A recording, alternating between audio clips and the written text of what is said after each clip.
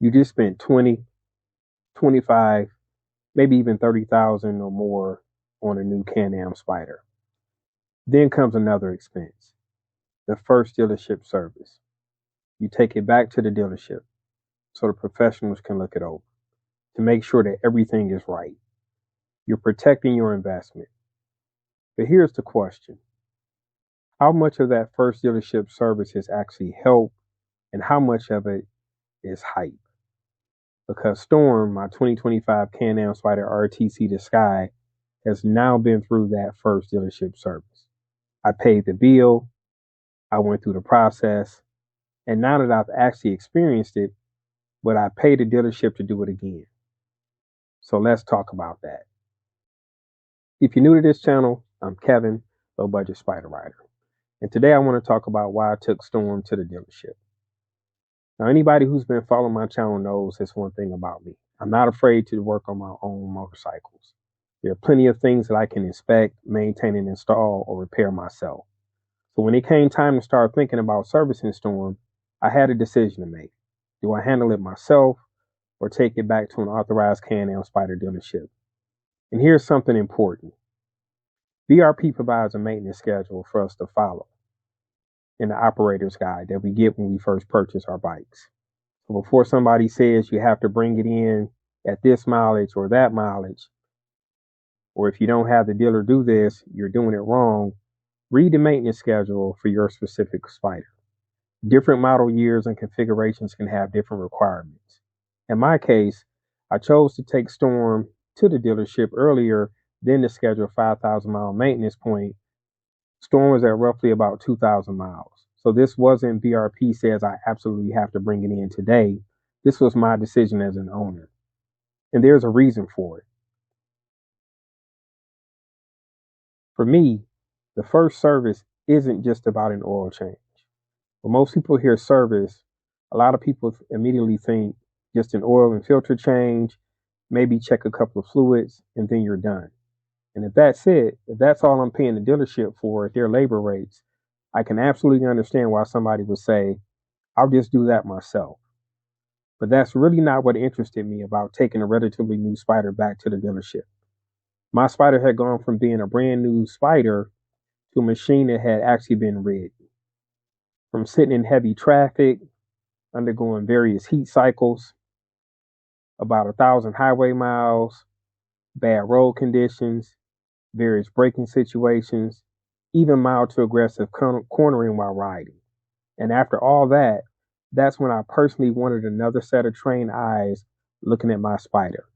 Not because I'm expecting something to be wrong, but because if something is wrong, I'd rather find it early than experience it later. So what am I actually paying for by doing this? This is where the whole hyper help question gets interesting. Because I'm not really paying the dealership just to drain oil. I'm paying for something I can't buy in a bottle. A thorough inspection of my Spyder's key systems. I'm paying somebody familiar with this machine to look for things that I might overlook. Those hard to see areas where leaks can occur. Loosened hardware, abnormal wear on parts, the condition of the fluids, the condition of my brakes, tires, even the steering and suspension components. Anything that doesn't look sound or feel the way it should. And there's another piece of this that doesn't get talked about enough. Experience. A technician who regularly works on Can-Am Spyders may recognize something that's unusual that might look completely normal to me. That's part of what I'm paying for. The question is whether the dealership actually provides that level of service. Because if they don't, then we're right back to the hype side of the conversation. With that being said, here's where I think some people can have a problem with how the dealership performs these services. And this is where I think we as owners need to take time to separate things.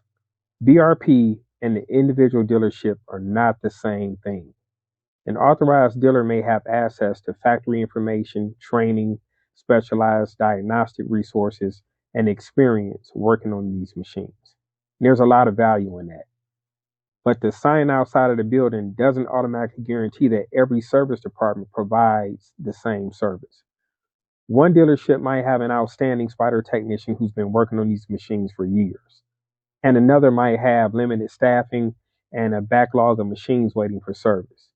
That's why when somebody says, my dealership's fantastic, I do believe them.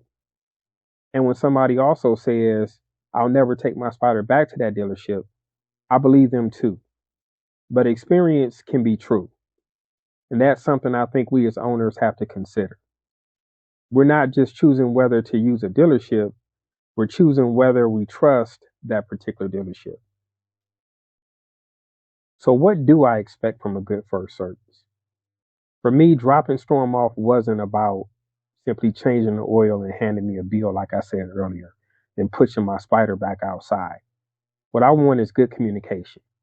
If the technician sees something questionable, then tell me. If everything looks great, tell me that too.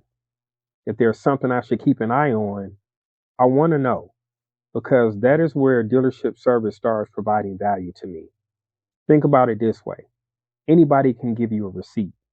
What I want is information about the condition of my machine, especially while it's still relatively new. For me, that's real value in a good first service.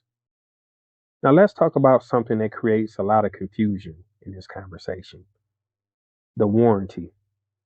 Sometimes you hear owners say, you better take it to the dealer or you're going to void your warranty.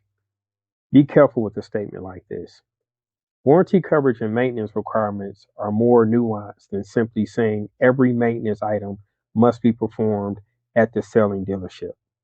What absolutely matters is that the Spyder receives the required maintenance and that you can document what was done. So whether you're using a dealership or doing eligible maintenance yourself, my advice is simple. Keep very detailed records. Make a video record in some cases of certain repairs. Keep all your receipts. Maintain the mileage service intervals. Maintain all work orders for your particular machine. Because if a warranty question ever comes up later, documentation is absolutely our friend. So let's double back to Storm and talk about what I got out of her first service. Was something catastrophically wrong with my Spyder? No. Did the dealership discover that Storm was secretly falling apart? No. That's actually a good result. What I did receive was something much less exciting, but much more useful: a baseline. At roughly 2,000 miles, I had the machine serviced and inspected. Now I know where Storm stood early in her life cycle. And going forward, if something does change, I have something to compare it against. For somebody planning to keep a Spyder for years, I think there's a lot of value in that.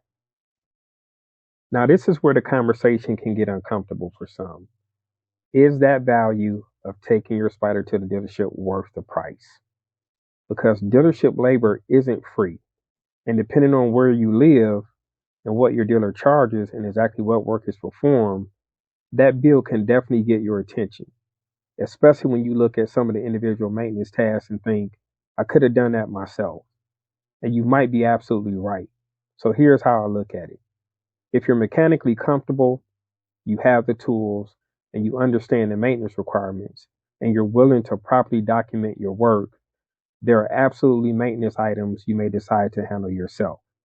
But if you are a newer Spyder owner, you're not mechanically comfortable, or you simply want somebody experienced with the platform inspecting your machine, then paying a competent dealership can buy you something besides maintenance. It can buy you peace of mind. And peace of mind has value. The important word there, though, is competent. And for me, paying the $400 first service charge that I paid definitely had a lot of value. So for me, when I look back on the question, is the dealership hyper help? I look at it this way. I don't believe you should blindly take your Spyder to a dealership simply because there's a Can-Am sign hanging outside. I think you should find a dealership and service department that has earned your trust, has technicians that are willing to answer your questions. Talk to other Spyder owners and share your ownership experiences. Something you've gone through may help them with something they're dealing with. Find out how much experience that a shop actually has working on these machines. And when you pick your Spyder up, ask what they found. Don't just take the keys and leave. Ask, what did you inspect? How did everything look? Is there anything I need to watch? Anything you recommend before the next scheduled maintenance cycle? Make the service department part of your ownership experience, not just somewhere you leave your credit card information after paying the bill. So after going through this experience, the question becomes, would I do it again? The simple answer is yes, when the service justifies it. But that doesn't always mean that every oil change or every maintenance item automatically means a trip to the dealership for me. There are things I'm perfectly comfortable handling myself. And then there are other situations where access to an experienced technician is worth me paying for. That's the balance that I try to maintain. I do what makes sense, and then I pay for the expertise when the expertise add value.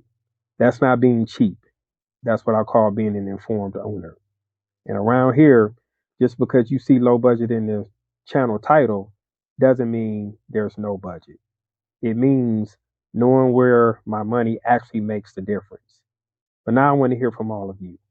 Do you take your Spyder back to the dealership for service, or do you maintain it yourself?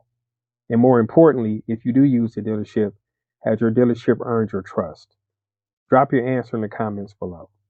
And if you're researching a Spyder or just bought one, or you're trying to figure out how to make ownership make financial sense, then subscribe to my channel.